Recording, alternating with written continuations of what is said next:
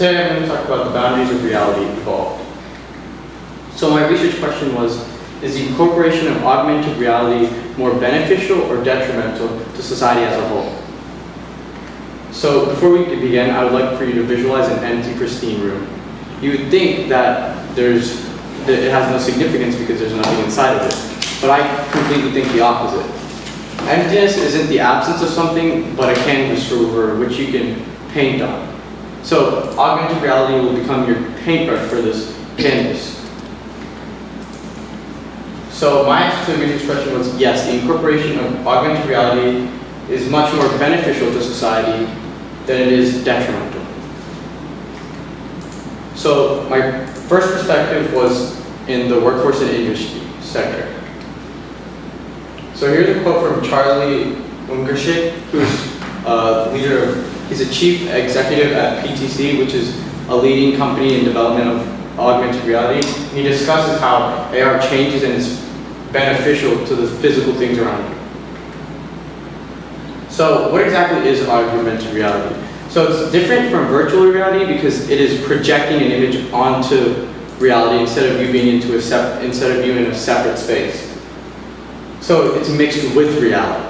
So they're much more cheaper and common than you think because, for example, Pokemon Go that came out August of 2016, that was an example of virtual reality because you would project these monsters onto the real point. Another example is Snapchat filters where we project the filters onto reality. So here's a chart showing how VR and AR applications are becoming much more diverse and they're beginning to be much more introduced into the business sector, and you can see they're increasing over the years. So augmented reality in the field. So basically, augmented reality can be used in industry settings for manufacturing and design. So Ford is an example of a car company that uses augmented reality because they use the Microsoft HoloLens. So this allows them to project images of a car onto a surface, which it's just barren. So this is much more easier than the traditional clay process or the clay approach because they're able to make real-time changes and collaborate with people next to them or across the world. And it's more up to date. So they're able to create more safer cars for people. Here's an example of a Ford engine being edited in a VR setting. So another example of augmented reality in the field is using them in medical fields to perform surgeries. So trainees and experienced surgeons alike use them because for trainees and residency doctors, they're able to practice and develop their skills while experienced surgeons are able to eliminate any mistakes they have and they're able to hone their skills. So it prevents any problem because they're running through a test run of the surgery beforehand and they're able to tag organs which they need to make sure to operate on. So here you can see innovation in the medical field. So these are two experienced surgeons, but they're more experienced with adult males and females. So here they're practicing on a child's heart because they haven't been accustomed to that yet. So this child is from Sudan and he doesn't have as much nutrition as American people or any other country. So therefore, there might be inconsistencies in the heart. So this is able to let them practice beforehand. Perspective number 2 is education. So augmented reality and education is able to be more diverse, creates a more diverse learning experience.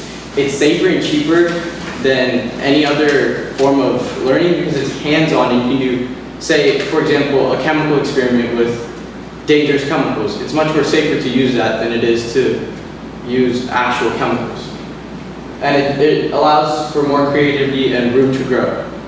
For example, for robotics, I created a Snapchat filter which allowed us to have a 3D model of a robot. So we could, since it's already glued and screwed in place, we were able to see any edits that we need to make before we take it all apart.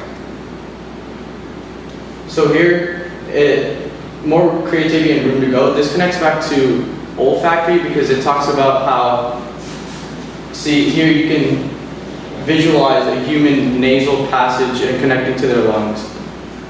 So, and this is all mapped through sensors, which relates back to extrasensory.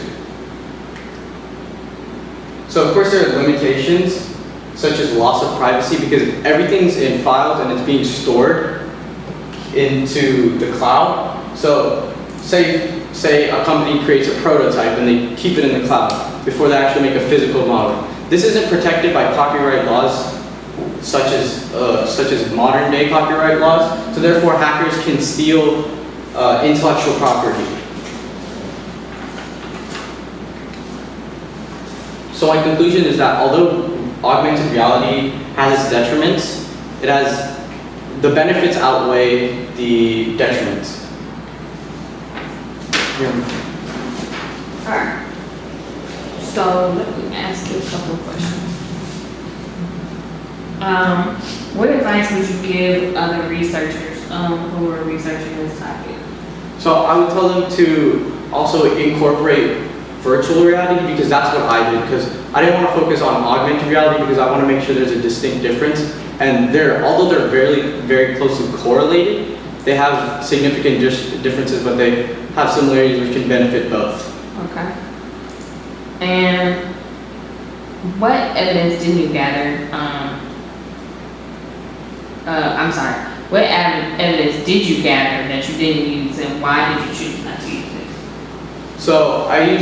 So what I gathered was sensory data, like using sensors to use robots in space. So I didn't use that because I want to focus more on augmented reality than using sensors in different environments. So I wanted to focus mainly on the augmented reality headset. All right. Well,